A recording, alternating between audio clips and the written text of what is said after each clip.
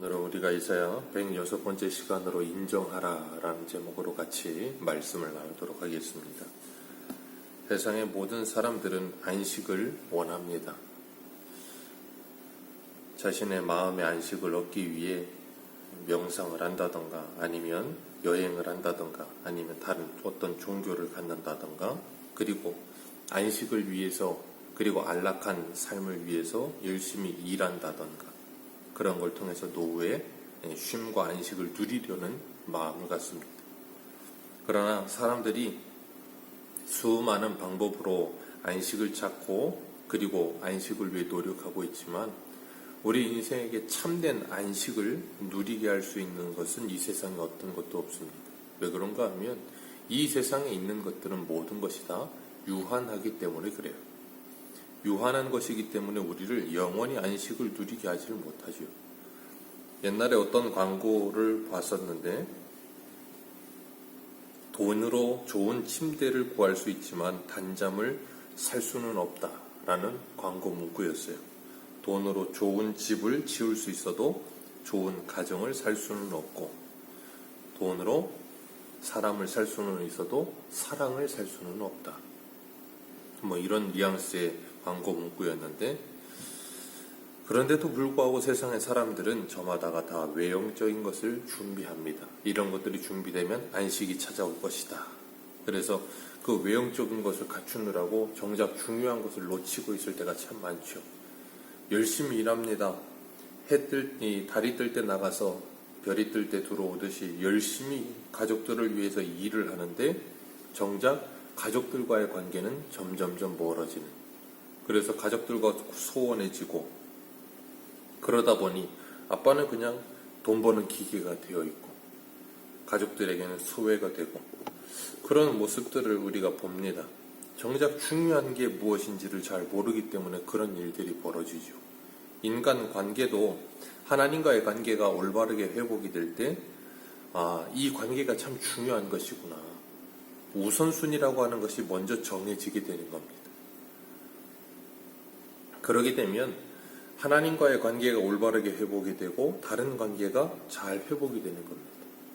세상은 그런데 그런 거에 대해서 별로 관심을 갖지 않죠. 그러다 보니까 뭐하냐면 사람들에게 많이 쉬게 하기만 하면 가정이 화목해지고 쉬게 하기만 하면 모든 사람 관계가 회복이 될 거라고 생각을 해요. 그래서 주 5일제, 주 4일제 가정이 있는 삶, 저녁이 있는 삶 그런 거 이야기합니다. 나쁜 건 아니에요. 그런데 그런다고 해서 가정이 화목해지지는 않아요. 시간이 많아지면 더 이상한 일들을 더 많이 합니다. 가정으로 돌아가 가정과 화목해야 되는데 그러질 않더라는 거예요. 그게 인간의 죄된 본성 때문에 그렇죠.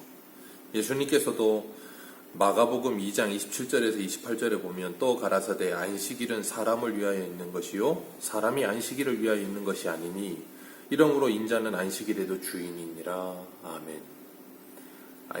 사람들에게 안식하라고 안식일을 주셨는데 오히려 사람들은 그 안식일을 위해 사람이 있는 것처럼 살더라는 거예요. 그래서 안식일의 노예가 되어버리는 사람을 위해서 안식일이 필요한 거지 안식일 자체가 중요한 게 아니라 그 말이에요. 그런데 사람들은 그 안식일이 사람보다 더 중요해지는 거예요. 그러니까 안식이 없죠. 오늘 본문 13절에도 오늘 본문 위에 있는 13절 같이 한번 읽습니다. 58장 13절 시작. 만일 안식일에 내 발을 금하여 내 성일에 오락을 행하지 아니하고 안식일을 일으켜 즐거운 날이라 여호와의 성일을 존귀한 날이라 하여 이를 존귀하게 여기고 내 길로 행하지 아니하며 내 오락을 구하지 아니하며 사사로운 말을 하지 아니하면 내가 여호와 안에서 즐거움을 얻을 것이다. 이것이 참된 안식입니다. 성경은 모든 사람이 죄를 범하였으며 하나님의 영광에 이르지 못하였다 그랬어요. 한 사람도 의인은 한 사람도 없다라고 성경은 말하죠. 창세기 8장은 날 때부터 어려서부터 생각하는 것이 악하다라고까지 이야기를 합니다. 그렇기 때문에 오늘 본문 6절을 보면 이렇게 이야기해요. 그 짠 것으로 옷을 이룰 수 없을 것이요 그 행위로는 자기를 가릴 수 없을 것이며 사람의 행위로 사람의 죄악을 사람의 악함을 가릴 수 없다는 거예요.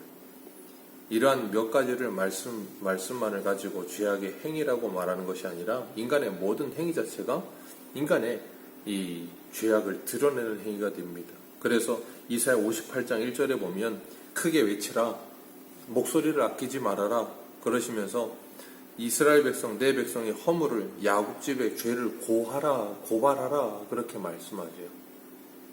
왜 그래요? 그들이 깨닫지 못한다는 거예요. 착각하고 있다. 그들이 자신들의 이 영적인 상태를 인정하지 않는다. 그렇기 때문에 그들을 적나라하게 드러내라는 거예요. 그들이 얼마나 겉과 속이 다른지, 얼마나 표리부동한지 그들을 분명하게 보이라는 거예요. 그래야만 자신의 죄가 인정이 되는 겁니다. 자신이 죄가 있다는 걸 인식해야 그 죄를 인정하게 되고 그래야 회개라는 게 나오게 되는 거예요. 그렇기 때문에 하나님께서 이사야 선지자를 통하여 고발하라, 그들의 죄를 드러내라 라고 말씀하시는 거예요. 우리의 마음과 생각에서 이렇게 육체의 것을 생각하면서 속에는 온갖 세상 것이 가득한데 하나님을 향한 열심이 있다는 걸 하나님은 정말로 싫어하신다는 거예요. 왜요? 겉과 속이 같질 않잖아요. 이사야 59장에서도 이런 죄를 고발하는 것이 연장선상입니다. 58장과 연장해서 이사야뿐 아니라 성경 전체가 이것을 말씀하시죠. 이사야 59장 1절에서 9절까지 죄악의 행위들을 말씀하고 있어요. 우리가 하고 있는 이 모든 죄, 이 1절과 2절 보면 여호와의 손이 짧아 구원치 못하심도 아니고 귀가 둔하여 듣지 못하심도 아니다.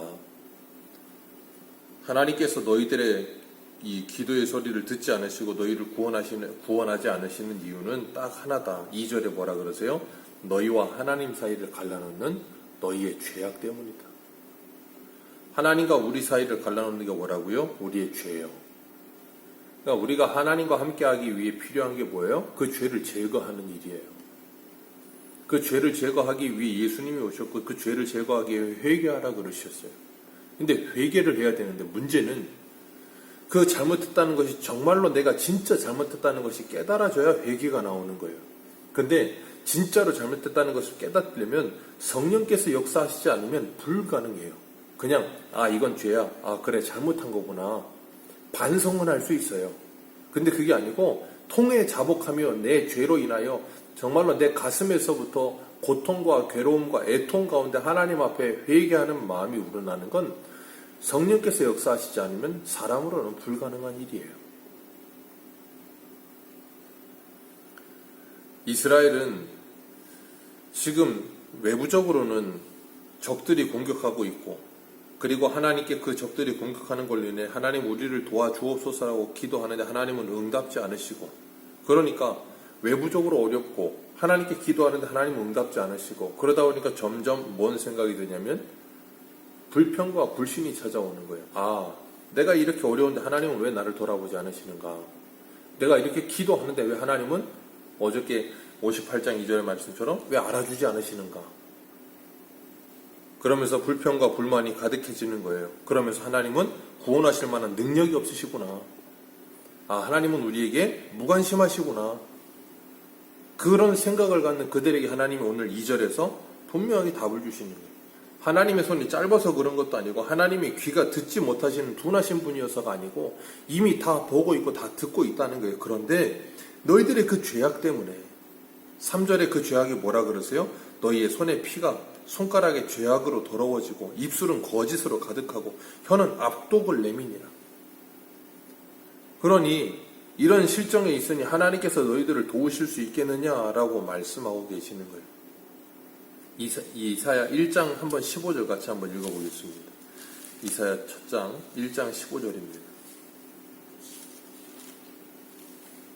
같이 읽습니다. 시작. 너희가 손을 펼 때에 내가 내 눈을 너희에게서 가리고 너희가 많이 기도할지라도 내가 듣지 아니하리니 이는 너희의 손에 피가 가득함이라.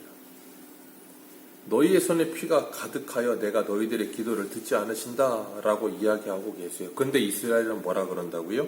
하나님은 무능하시구나. 하나님은 우리의 기도를 듣지 않으시는 분이구나. 우리의 죄악 때문에, 우리의 죄 때문에 그렇게 되어진 것인데 그건 깨닫지 못하고 오히려 하나님을 원망하는 거예요. 하나님이 잘못됐다라고 생각하는 거예요. 그러면서 하나님께서 4절에 뭐라 그러세요? 공의대로 소송하는 자 없고 진실하게 판단하는 자도 없고 허망한 것을 의뢰하며 거짓을 말하며 악행을 잉태하여 죄악을 낳으며 독사가 알을 품으며 거미줄을 짜나니 그 알을 먹는 자는 죽을 것이고 알을 터뜨리는 자는 독사가 나올 것이다. 이런 모습이라는 게 어떤 모습이요? 그 안에 생각하는 것들이 7절 말씀에 악한 생각뿐이라. 그러니 만물보다 부패한 것이 사람의 마음이라 그러셨는데 이 속에 그런 부패한 마음과 악한 생각으로 가득해 있으니 거기서 나오는 모든 게 어떻겠어요? 모든 게 악한 것뿐인 거예요. 마치 독사가 알을 낳듯이. 독사가 알을 낳으면 독사박이 더 나오겠습니까? 주님께서 그래서 마가복음 7장에 뭐라 그러세요? 사람을 더럽게 하는 건 밖에서 들어오는 것이 사람을 더럽게 하는 게 아니다. 이 안에 있는 악한 생각과 마음들이 나가는 게 사람을 더럽게 하는 것이다. 이 마음의 악한 생각, 악한 마음을 가지고 그 말로, 그 행동으로, 그 눈빛으로, 그 얼굴 표정으로 나오는 그 모든 것이 가장 더럽고 사람을 가장 더럽게 하는 것이고 가장 악하게 하는 것이다라고 말씀하셨어요. 그렇기 때문에 겉을 깨끗하게 하지 말고 속을 깨끗히 하라고 예수님께서 말씀하셨는데 이스라엘은 그걸 모르는 거예요. 그러니까 그 속에 모든 악한 생각으로 가득한 상태로 행하니 그 손이, 그 손가락이, 그 혀가, 그 입이 뭘 하겠습니까? 나오는 건 오직 독사의 독 같은 것밖에 안 나오는 거예요. 그러니 그런 것을 가지고 거미줄을 짜서 옷을 만드니 그 옷이 제대로 된 옷이 되겠습니까? 6절에 그 짠 것으로 옷을 이룰 수 없을 것이며 그 행위를 가릴 수 없을 것이다. 뭘로 그 행위를 가리겠어요? 행하는 건 온갖 악한 것뿐인데. 그래서 8절 말씀에 뭐라 그러세요? 8절 같이 읽습니다. 시작. 그들은 평강의 길을 알지 못하며 그들이 행하는 곳에서 정의가 없으며 굽은 길을 스스로 만드나니 무릇 이 길을 밟는 자는 평강을 알지 못하느니라. 아멘. 왜 평강을 알지 못해요? 평강은 하나님께로부터 오는 것이기 때문에 그래요. 그런데 평강은 하나님께로부터 오는 것인데 2절에 말씀하신 것처럼 하나님과 그들 사이에 죄악으로 갈라져 버렸어요. 그랬으니 하나님께로부터 평강이 오지 않죠. 우리가 이 이사야 57장에서도 57장 21절에 이렇게 말씀하시죠. 하나님이 내 하나님의 말씀에 악인에게는 평강이 없다.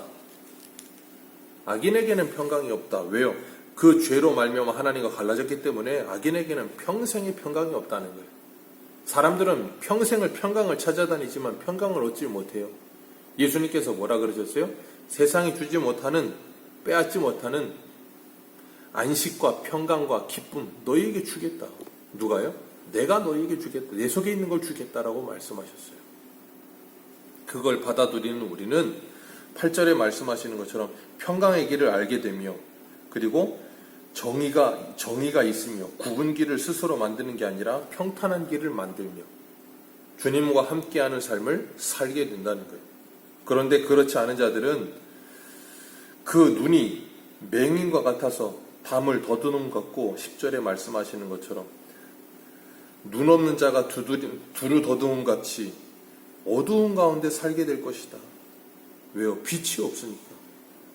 그러니 그런 삶을 산다는 게 얼마나 비참하고 얼마나 안타까운 모습이겠어요. 그래서 누가 찾아오세요? 예수님이 찾아오신 거예요. 세상의 빛으로. 그들에게 빛을 주시기 위해서. 9절에 보면 그들이 빛을 바라나 어두운 뿐이고 밝은 것을 바라나 캄캄한 가운데 행하느니라. 아무리 빛을 바래도 빛이 없어요. 어디에는? 이 세상에는. 참 빛이신 예수님이 오기 전에는 진짜 빛을 볼 수가 없는 거예요. 그렇기 때문에 사람들은 그 예수님을 만나야만 자기 자신을 분명하게 볼 수 있는 거예요. 우리 히브리서 4장 한 군데만 보겠습니다. 히브리서 4장.